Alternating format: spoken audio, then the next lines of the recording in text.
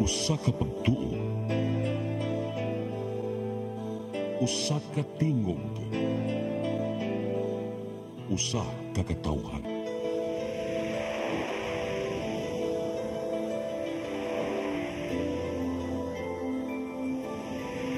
Cebu Catholic Television Network.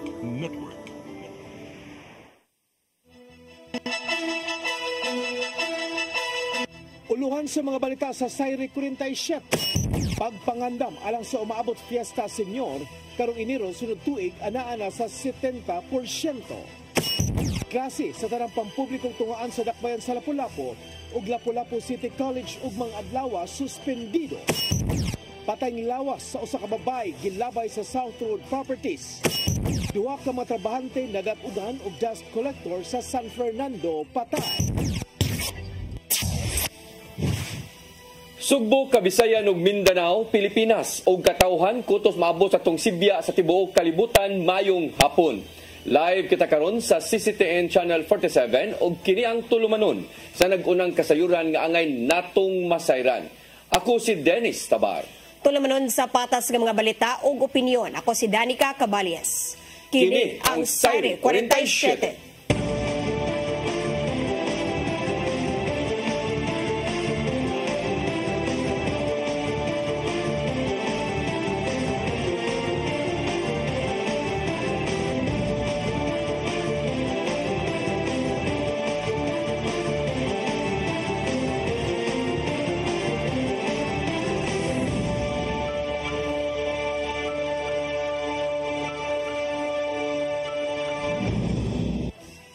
O karon sa kompletong detalye sa atong mga balita, mga pagpangandam alang sa ubabot nga kapistahan sa Senior Santo Niño karong Enero sunod tuig, ana-ana sa 70%. Mihangyo ang mga kaparian nga kung mahimo, dili sa gulan o pamulitika ang dakong relihiyosong kalihukan sa Sugbo. Ang kasayuran ihatod ni Gian Navarro. Formal nang gipaymutang ang mga pagpangandam alang sa ika-460 nga kapistahan ni Senyor Santo Niño karong Enero sunod tuig diin. Anana sila sa 70%. Sa naandan, sugdan kini sa Walk with Jesus Procession karong Enero 9 sa kadlawon diin. Magbaktas ang mga deboto gikan sa Fuente Osmeña hangtod sa Basilica Minore del Santo Niño. Sundan kini sa mga novena masses sulod sa siyam kaadlaw diin. Inoras kini gikan alas 4 sa kadlawon hangtod na sa alas 8 sa gabi. Susamaw-sab ang rutang gamiton alang sa Walk with Mary karong Enero 16 sa buntag.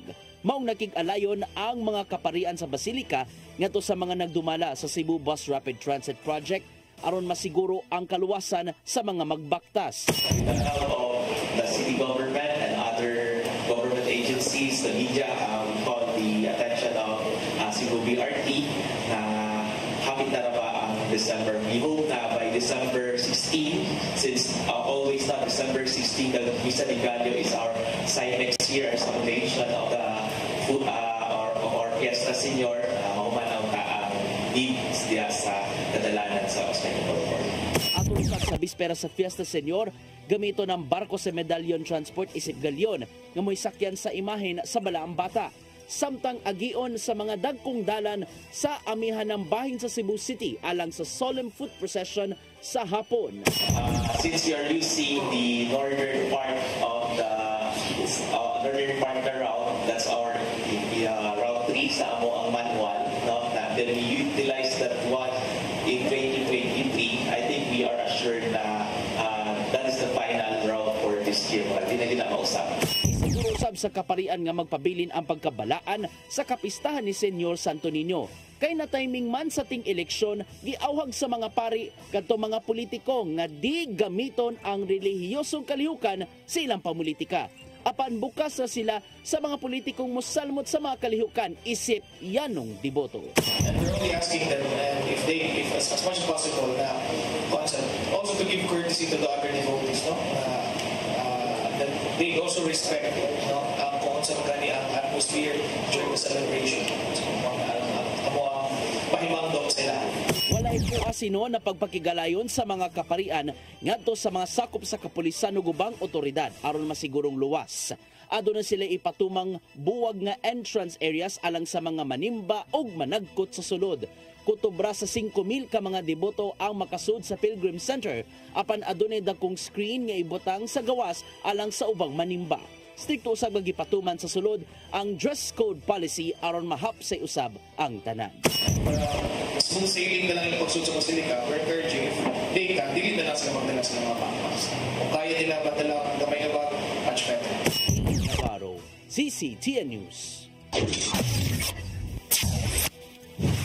Ni pagawa ng Executive Order number 2024-55 sila po si Mayor Junior Chan aron pag sa klase sa tanang pampublikong tunghaan sa Dakbayan sa Lapu-Lapu. Lakip na ang Lapu-Lapu City College ugmang adlaw. Apil sa kamanduan nga walay trabaho ang mga buhatan sa LGU Lapu-Lapu gawa sa emergency response, peace and order, traffic management system, hospital services ug clean and green. Napanglantawan sa mayor nga sa pagsaulog sa dakbayan sa kapistahan sa Birhen sa Regla ugmang adlaw hangtod sa Huwebes mudagsa ang mga deboto ug mga bisita. Kini aron dili daw sa baglisod sa pagsakay ang mga tinun-an ug mga trabahante ug malikayan ang huot nga dagan sa trapiko.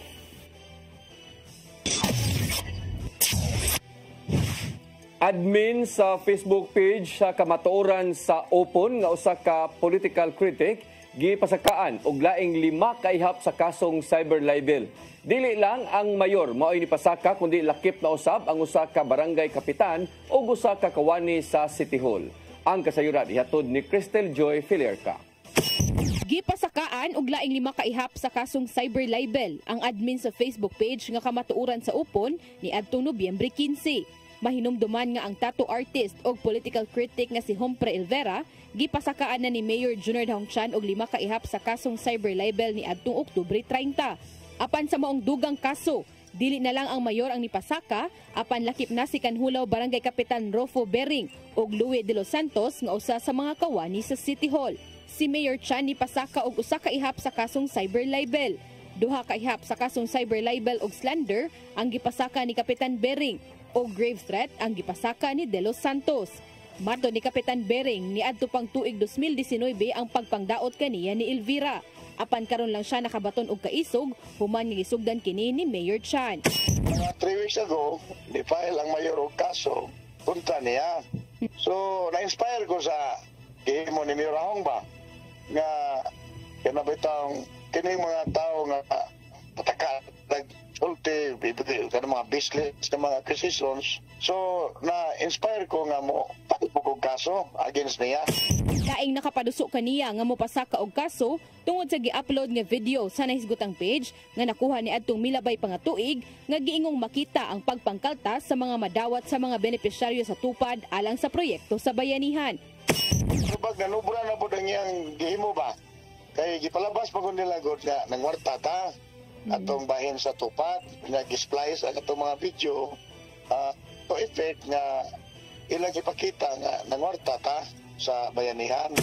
Apan sigon pa ni Elvira nga ang pagpasaka ni Kapitan Bering og kaso bato kaniya aron lang kini sa paglimpyo sa iyang pangalan. Na-trigger na siya ma'am, nag-expose na ko sa public sa akong page nga ang ilang kaltas bitaw sa tupad ayuda. Na siya sa pagkakonsihal sa syudad karon magpapili karon 2025 so paglimpyo na siya ang pangalan pero alam ko klaro mo kayo kay kanang tupad para mo yun na sa mga beneficiary dili na siya para mayakinan. Gidugang paniya nga ang pagpasaka og kaso bato kaniya walay laing hinungdan kung dili pa politika tungod kay aduna siya gisuportahang politiko nga mo ikaatbang sa mayor sa mid-year election 2025. Pinawam ka na siya, marigis pa politika. Kanya no. Sa unang dugay ng mga critic niya since first year niya sa iyang pagkamayor. Mukha magkulang ako pailiging na anak. Karon nga naanak ko isuportahan nga politiko which is iyang kaatbang so diha na i-file sila og multiple charges ako sa cyber libel. Ibutyag si Elvira nga gilauman na niya ang mga dugang pangkaso nga ipasaka sa mayor bato kaniya. Apan sigon pa niyang wala siya mahadlok ni ini tungod kay wala si personal nga pagpang-atake. Matod usab niyang wala siya mahinumdumang post nga nanghulga siya ni De Los Santos. Samtang si Kapitan Bering usab ni butyag nga aduna pa siya gihikay nga dugang pang mga kaso batok ni Elvira. Cristel Joy Filerca, CCTN News. Pagpatuman sa Universal Healthcare Law, buot subayon sa party list nga gidumala sa mga doktor.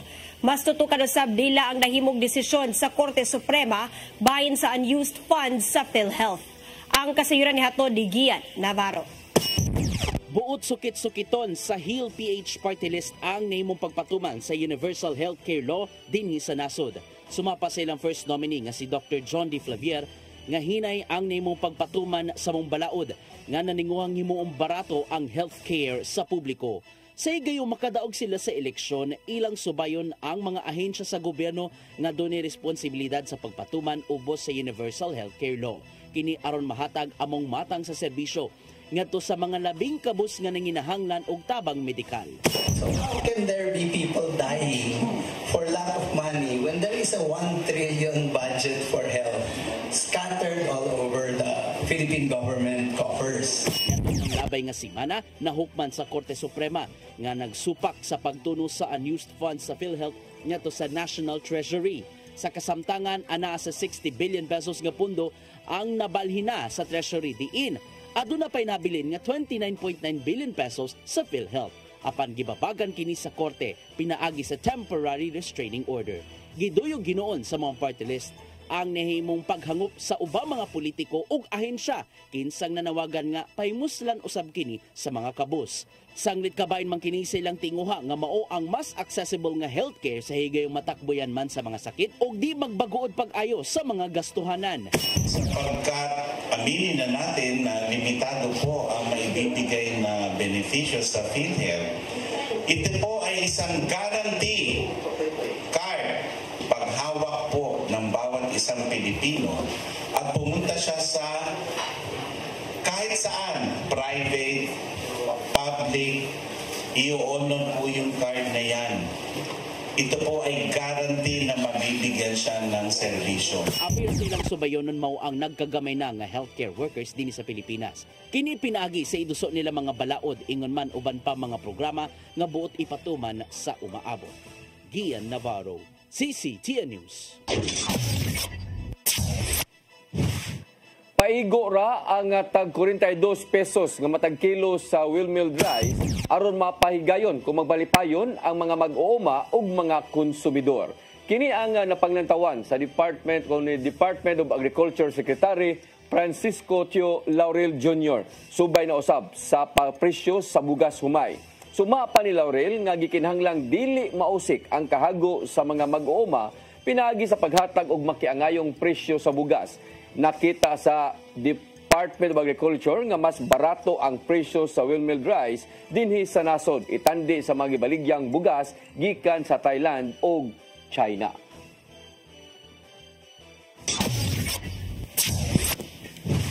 Cebu City Government bukas usab nga makig-alayon sa pribadong sektor alang sa pagbaton og dugang pang mga dam sa bukirang bahin.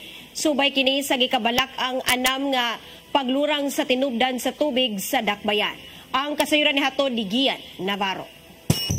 Abli ang Cebu City Government nga makig-alayon sa pribadong sektor pinagi sa public-private partnership aron makabaton og dugang pang mga dam sa dakbayan.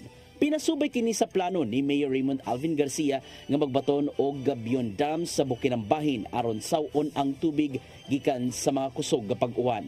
Kini usab ang napaglantawan sa mayor human nga nasagol sa naandang tubig ilawom sa yuta ngadto sa pipila ka mga barangay ang tubig gikan sa kadagatan kun saltwater intrusion. Subay nini but usab sa mayor nga maundang na ang pagbomba og tubig gikan sa ilawom aron dili malahi ang kalidad sa tubig ngadto sa kabalayan. That's why we're thinking of dams, di ba? Oh, which is very welcome. In fact, that's one of the things that I was saying, that the Cebu City government is open to a PPP with a private proponent that will build dams in the mountain barangays so that they will catch from the source the water and then they will supply it. Dalang nakita ni Garcia nga pinaagi sa pagpatukod og dugang pagdam kalikayan usab ang mga pagbaha sa ubos nga bahin sa dakbayan. Maong makabaton sila og dugang pang water supply pinagi sa maong dam og mahimo kining mabaligya ngadto sa Metropolitan Cebu Water District. Samtang nagpabiling bukas ang Cebu City Government sa ubang mga inisyatiba alang sa pagbaton o dugang pang tinubdan sa tubig. Gipanginaut niya nga suportahan usab sa pribadong sektor kung unsa man ang ilang mga gihimong lakang aron dili hayan mahubsan ang supply sa tubig sa umaabot. So one of the solutions there is really dams, among others. One is also desalination kay Paspasra. No, so muna imong one. Basta di na ginudata mo dig sa atong aquifers kay ang salt intrusion moabot na diri sa Talamban. May gali karon it's still here in Tinago, Tehero, the coastal barangays, but if we continue this trend moabot din sa Talamban. Ian Navarro, CCTN News.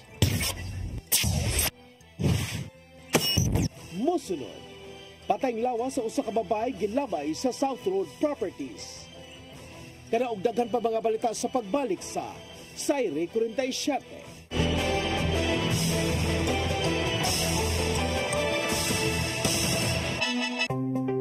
Discover the beauty of the Philippines.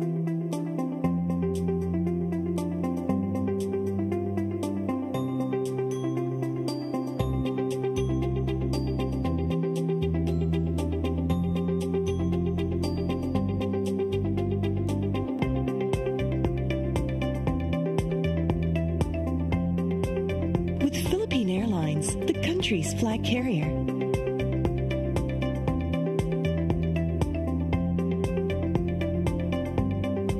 The airline that lets you feel the warmth of the nation.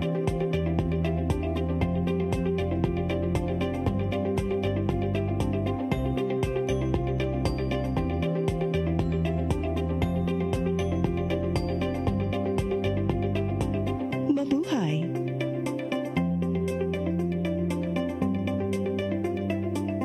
Start today. Unlock the secret to a healthier you. You're worth it.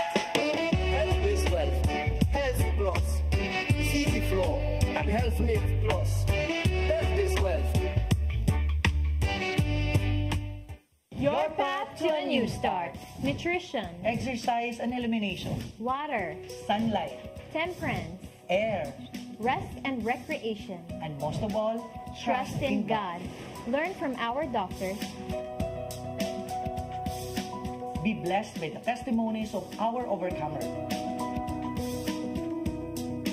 Ang inyong programa, alam sa may sakit, walay sakit, ug dili ganahan magkasakit. Ozone Med Wellness Clinic New Start. Napapanood every Saturday 8 to 9 a.m. Og ang replay airing matag Miyerkules 1:00 hangtod 2:00 sa hapon. Dinhilang sa CCTN Channel 47. New Start, Ozone Med Health and Wellness Talk.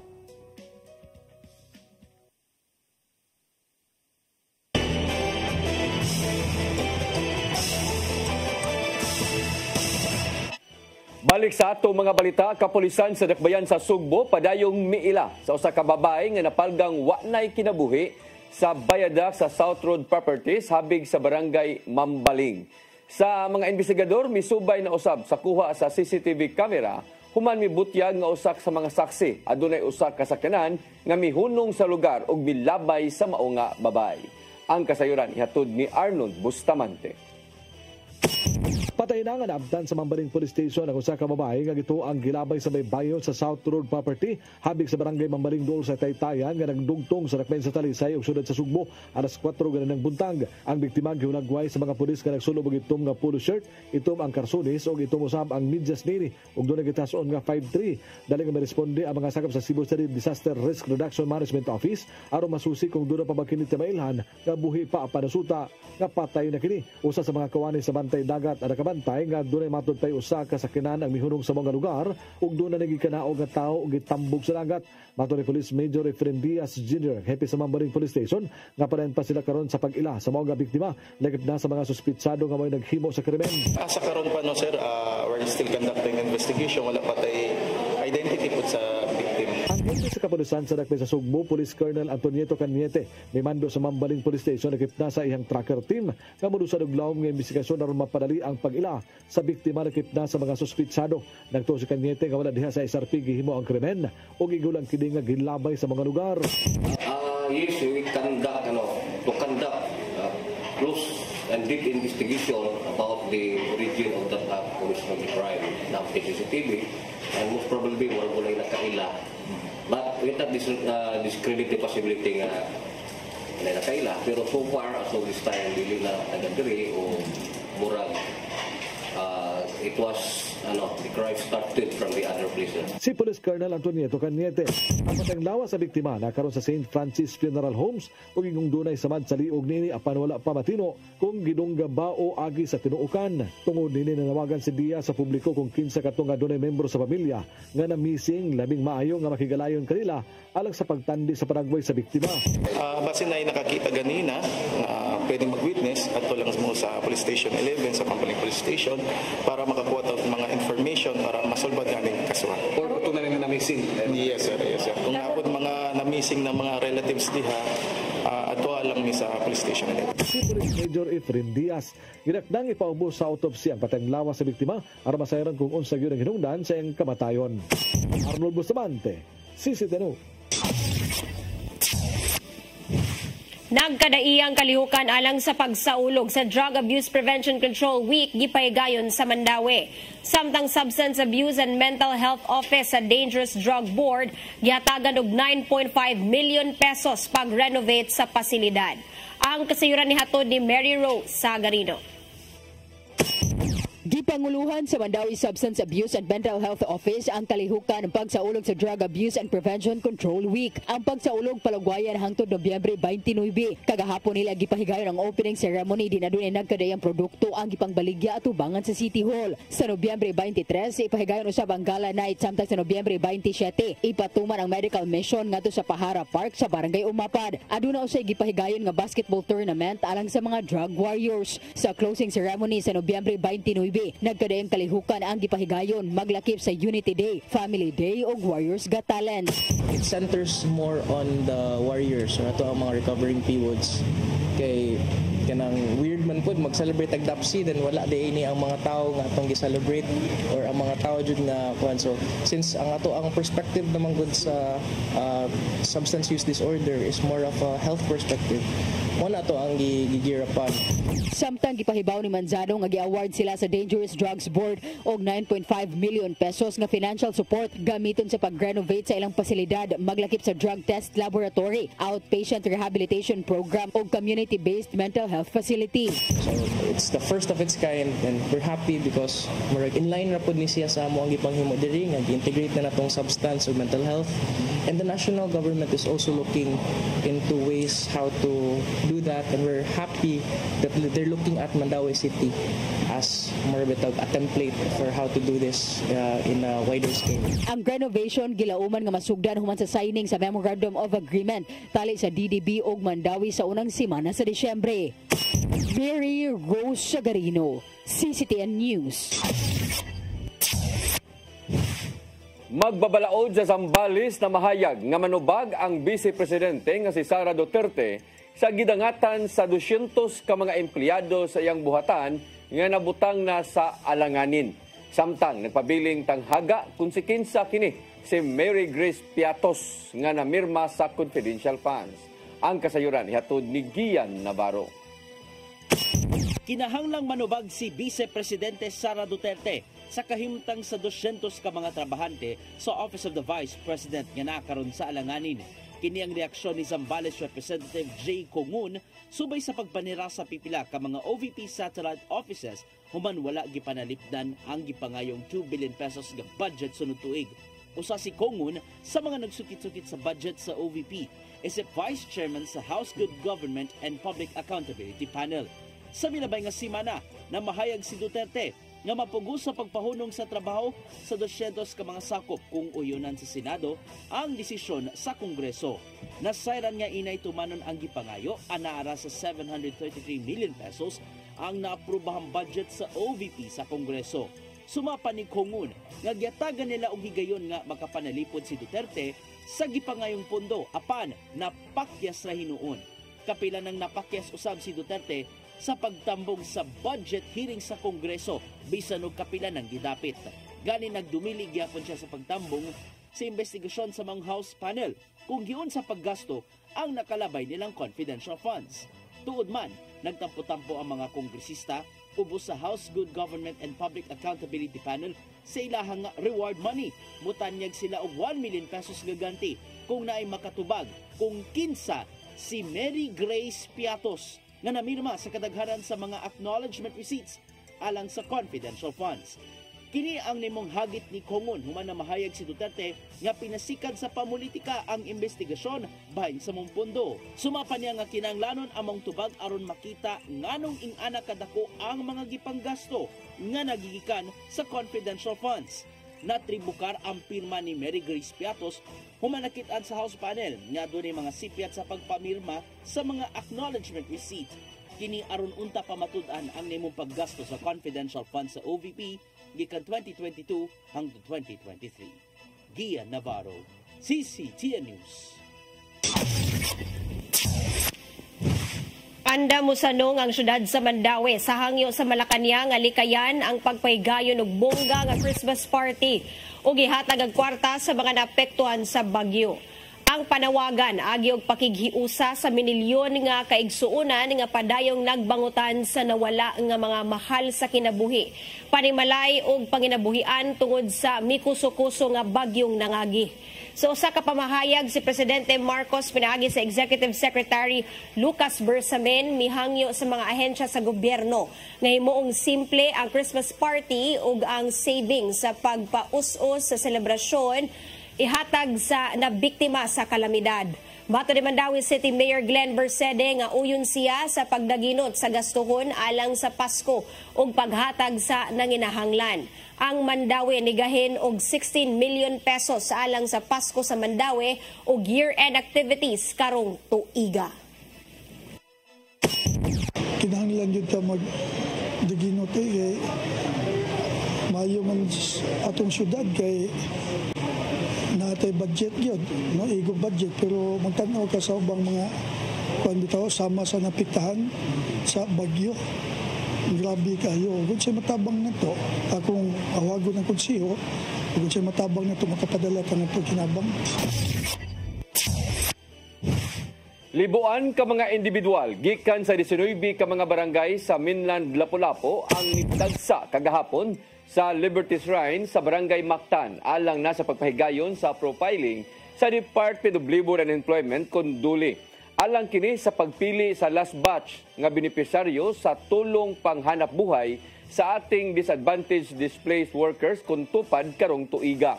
Kung diin 3,800 ka mga individual ang mamahimo nga benepisaryo og makatrabaho og napo kaadlaw. Aduna nay uminto nga 330 nga madawat sa mga benepisyaryo karong tuiga sa batch tungod sa pagsaka usab sa minimum wage ngadto na sa 501 ka pesos.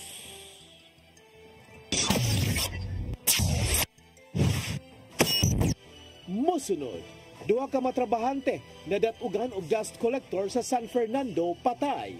Kana og daghan pa mga balita sa pagbalik sa Sayre 47.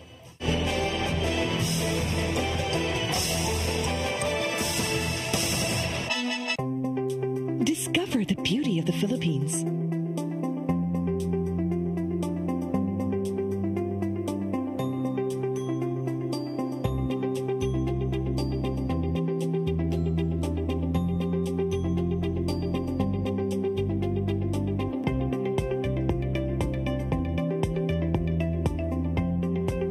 With Philippine Airlines, the country's flag carrier.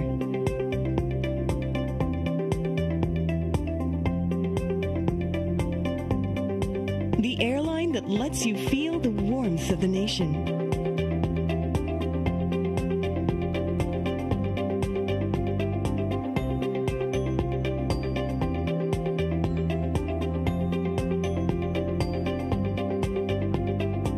Mabuhay.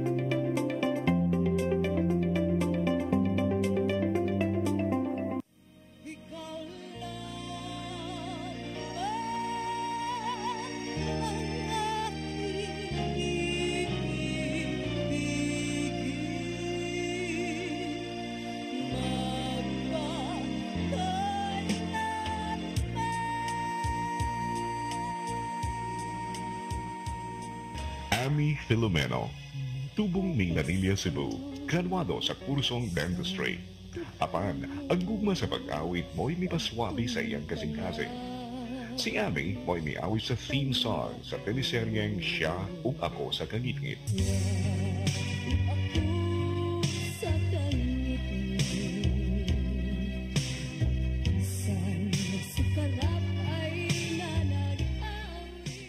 Miyembro sa usa ka banda nga mitukar gawas sa nasod. Napiling Best Regional Song Recording Artist sa 13th Annual Awit Awards sa Manila. Winner sa Sandugo ug Cebu Pop Music Festival. Sa pagkakaroon, si Ami regular talent sa InTV CCTN Channel 47 ug padayong nagdala sa ngan sa mga Subuanon sa iyang pagkaot ug dugang pang kalampusan. Ami Filomeno. Karbo sa Subo. Subuano ni.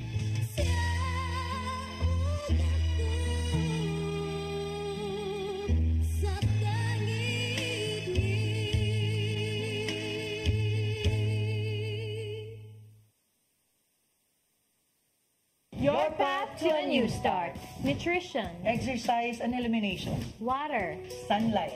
temperance, Air. rest and recreation. And most of all, Trust in God. Learn from our doctors. Be blessed by the testimonies of our overcomers.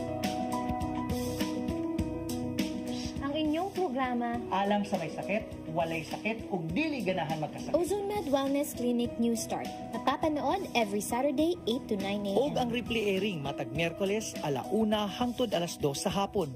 Dinhilang sa CCTN Channel 47. New Start, Ozone Med Health and Wellness Talk.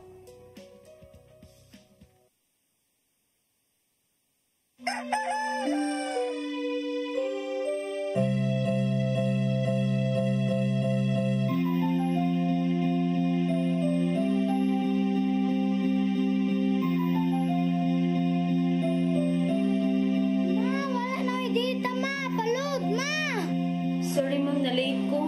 Nagita pa mong gusto para internet sa kong anak ma'am. Ay, wala na yung problema. Mag-sinisibo. Sinisibo, sinisibo. For your internet connection. And for the signal of your cable TV. So fast and straight the transmission to your home. Sinisibo. Sinisibo, sinisibo. Offers you to have fiber optics. For your viewing experience, perfect and clear so far. So great and affordable for you to enjoy. Sinisibo. Sinisibo Television Network Incorporated offers fiber to the home broadband internet bundled with fiber to the home cable TV connection. Sinisibo Television Network Incorporated with its operation in Metro Cebu and the whole province of Cebu soon. And affordable for you to enjoy. Sinisibo.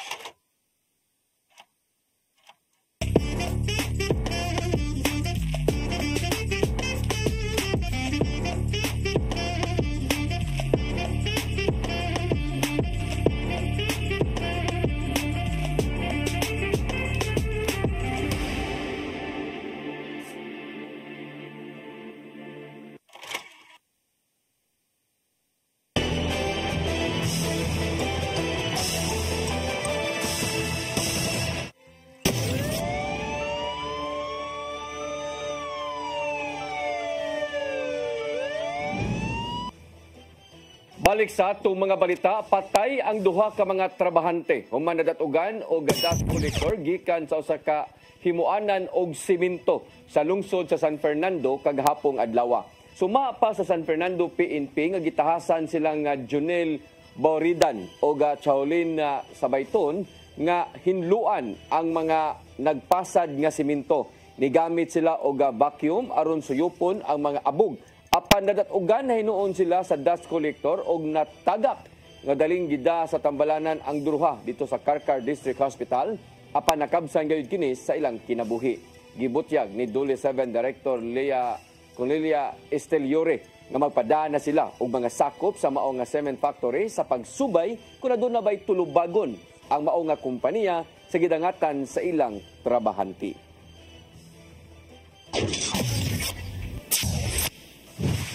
Patay ang usa ka 17 anyos nga lalaki human na bangga sa dump truck ang gisakyan niyang motor kagabi sa barangay Pangdan, Dakbayan sa Naga.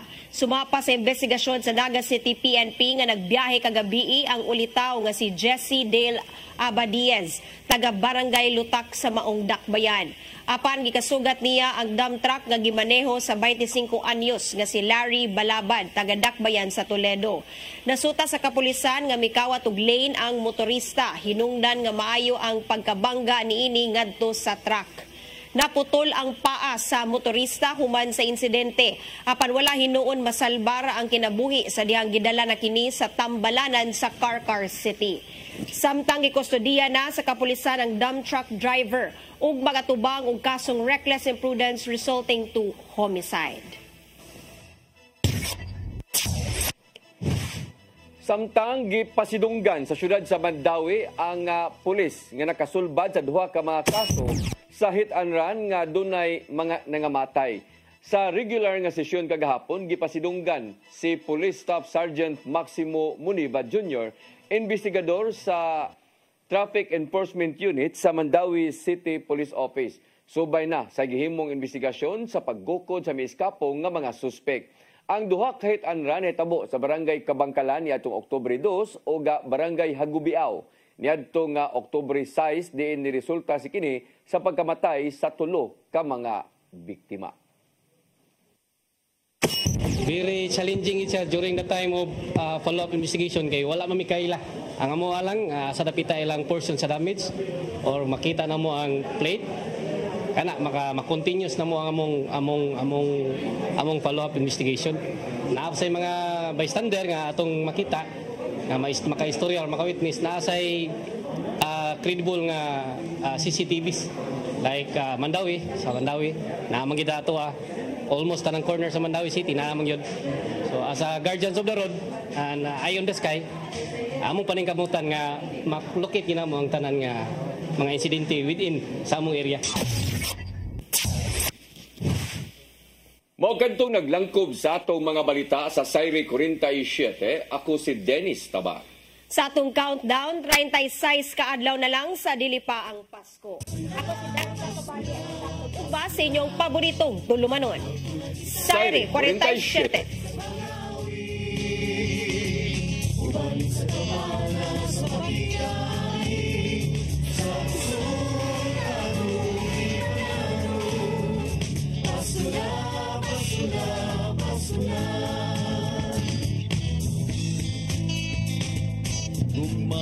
Ang angay na paambi sa iksutang hubo, gutom sa pagmahal. Kay kaniya mo lang mapatayan kung sa'y kahulugan sa Pasko. Ito sa pasungan ng pagkatao ang atong Ginoo. Pasko na, Pasko na, Pasko na. Tagpulan kita sa Mandawi.